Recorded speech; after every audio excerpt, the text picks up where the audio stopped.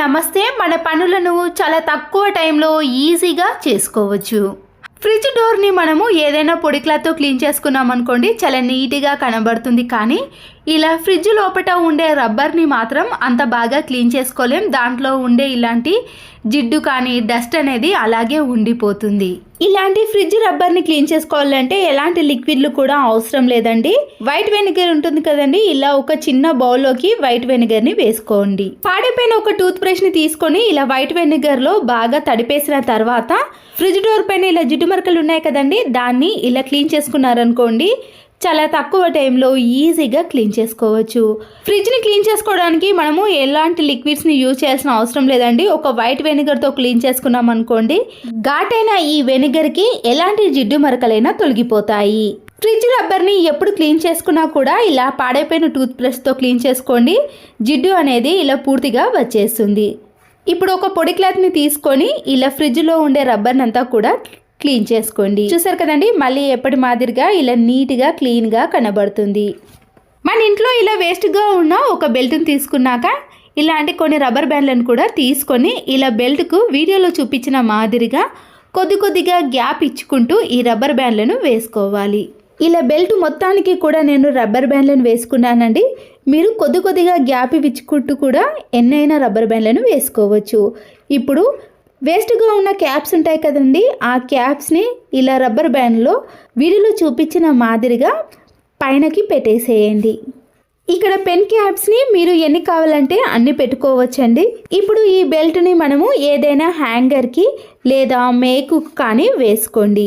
ఇలా బెల్ట్కి క్యాప్ని పెట్టేసాం కదండి, దానికి కీ చైన్స్ కానీ ఇలా నెయిల్ కట్టర్ ఉంటుంది కదండి, మనకి ఏది అనుకూలంగా ఉంటే అవన్నీ కూడా ఈ క్యాప్లో పెట్టేసుకోవచ్చు.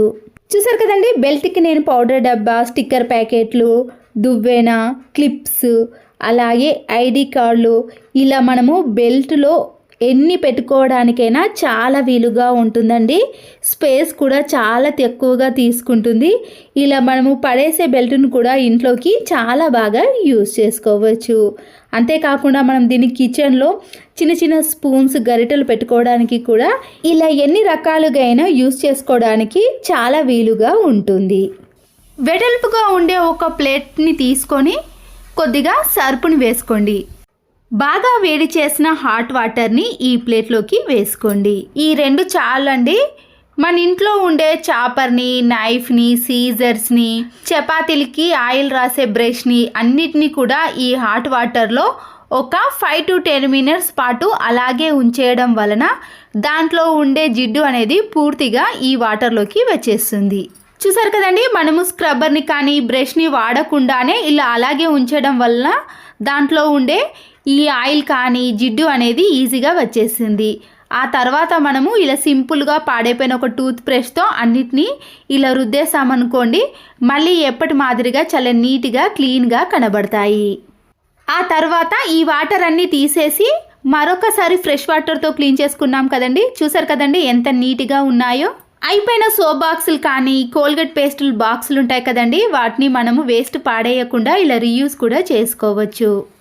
2 సైడ్స్ కూడా ఇలా ఓపెన్ ఉంటుంది కదండి, దాన్ని వైట్ ప్లాస్టర్తో కానీ ఇలా మామూలు ప్లాస్టర్తో కవర్ చేయండి.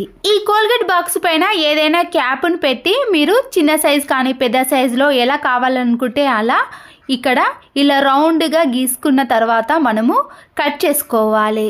ఇలా రౌండ్గా కట్ చేసుకున్న తర్వాత ఈ కోల్గేట్ బాక్స్ అనేది కొద్దిగా మందంగానే ఉంటుందండి.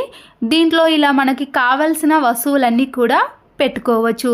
ఇలా బయటకి కనబడే విధంగా ఉంటాయి కాబట్టి ఏది పెట్టుకున్నా కూడా ఈజీగా తీసుకోవడానికి కానీ అందులో తిరిగి పెట్టడానికి ఇలా అనుకూలంగా ఉంటుంది.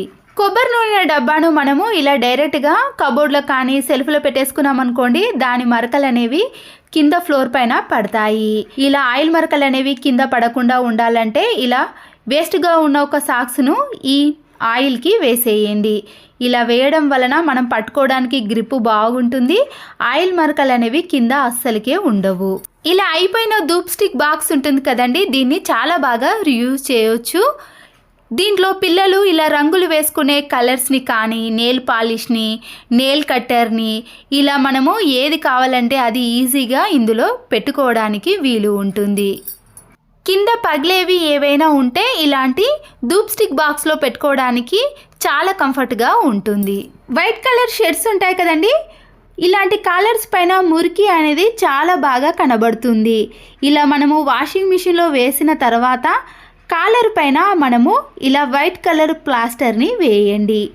ఇది అన్ని మెడికల్ షాప్లో కానీ ఎలక్ట్రికల్ షాప్లో దొరుకుతుందండి. కాస్ట్ కూడా చాలా తక్కువగా ఉంటుంది. ఇలా వైట్ కలర్ డ్రెస్ల పైన మనము ఈ ప్లాస్టర్ని వేసామనుకోండి, మురికి అనేది దానికి అంటుకోకుండా ఉండటం వలన ఈజీగా వాష్ చేయడానికి వీలవుతుంది. ఇలా బయటకి కనబడకుండా ఈ కలర్ అనేది అందులోనే మ్యాచింగ్ ఉంటుంది కాబట్టి ఇలా జిడ్డు ఏర్పడకుండా ఉండాలంటే ఇలాంటి వైట్ కలర్ షర్ట్స్ పైన ప్లాస్టర్ని వేసుకోండి. ఇంట్లో ఇలా వాష్ బేసిన్ అనేది చాలా జిడ్డు పట్టినప్పుడు మనము ₹1 కూడా ఖర్చు పెట్టకుండా వేస్ట్గా ఎక్స్పైర్ అయిపోయిన టమాటో కెచప్స్ ఉంటాయి కదండి, ఆ కెచప్నంతా కూడా ఇలా వాష్ బేసిన్ పైన కానీ అలాగే ట్యాప్స్ పైన రుద్దేసేయండి. ఆ తర్వాత ఒక స్క్రబ్బర్ని తీసుకొని బాగా రుద్దేశారనుకోండి, ఇలా జిడ్డు పట్టిన వాష్ బేసిన్ కూడా చాలా తెల్లగా, ట్యాప్స్ పైన పడ్డ సోప్ మరకలు, వాటర్ మరకలు కూడా పూర్తిగా తొలగిపోతాయి. చూసారు కదండి, ఎక్కడ కూడా ఒక్క మరక కూడా కనిపించకుండా ట్యాప్స్ కానీ వాష్ బేసిన్ని కానీ ఇలా నీట్గా క్లీన్ చేసుకోండి. బియ్యం సంచులను మనము ఇలా ఓపెన్ చేసామనుకోండి, దాంట్లో పురుగులు కానీ లేదా ఏదైనా డస్ట్ అనేది పడుతూ ఉంటుంది. ఇలా బ్యాంగిల్స్ని తీసుకొని బియ్యం సంచికి వేసామనుకోండి, దాంట్లో డస్ట్ కానీ పురుగు కానీ అస్సలకే పట్టదండి. ఎన్ని రోజులు అలాగే ఉంచినా కూడా పురుగు పట్టకుండా ఉంటుంది. మరొకటి, మ్యాచ్ బాక్స్లో ఉండే పుల్లలు అనేవి చలికాలం కానీ వర్షాకాలంలో చెమ్మ ఎక్కువగా ఉండటం వలన అవి చాలా మెత్తబడిపోతాయండి. ఇలా పుల్లలు కూడా చాలా వేస్ట్ అయిపోతాయి. కొన్ని బియ్యపు గింజలను అందులో వేసి మనం ఉంచేసామనుకోండి, లేదా ఇలా చాక్ పీస్ని వేసినా కూడా చెమ్మ అనేది పీల్చుకుంటుంది.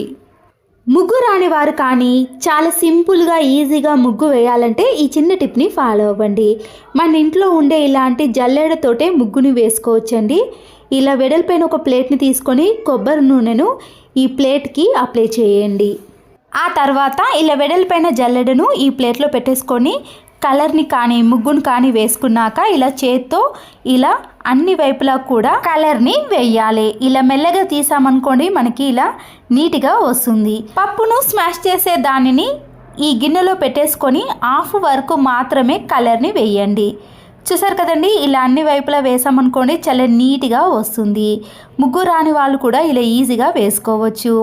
కింద ఆయిల్ని వేసాం కాబట్టి ఇలా వాటర్ వేసినా కూడా ముగ్గు అనేది చెరిగిపోకుండా చాలాసేపు వరకు ఉంటుంది. నేను వెంటనే వేసానండి, కొద్దిసేపటి తర్వాత వేసారనుకోండి ఇలా కలర్ కూడా బయటకి రాదు. ఈ టిప్స్ అన్నీ మీకు నచ్చినట్లయితే తప్పకుండా ఒక లైక్ చేసి మీ ఫ్రెండ్స్కి, రిలేటివ్స్కి షేర్ చేయండి. మరో వీడియోతో మళ్ళీ కలుద్దాం. Thanks for watching.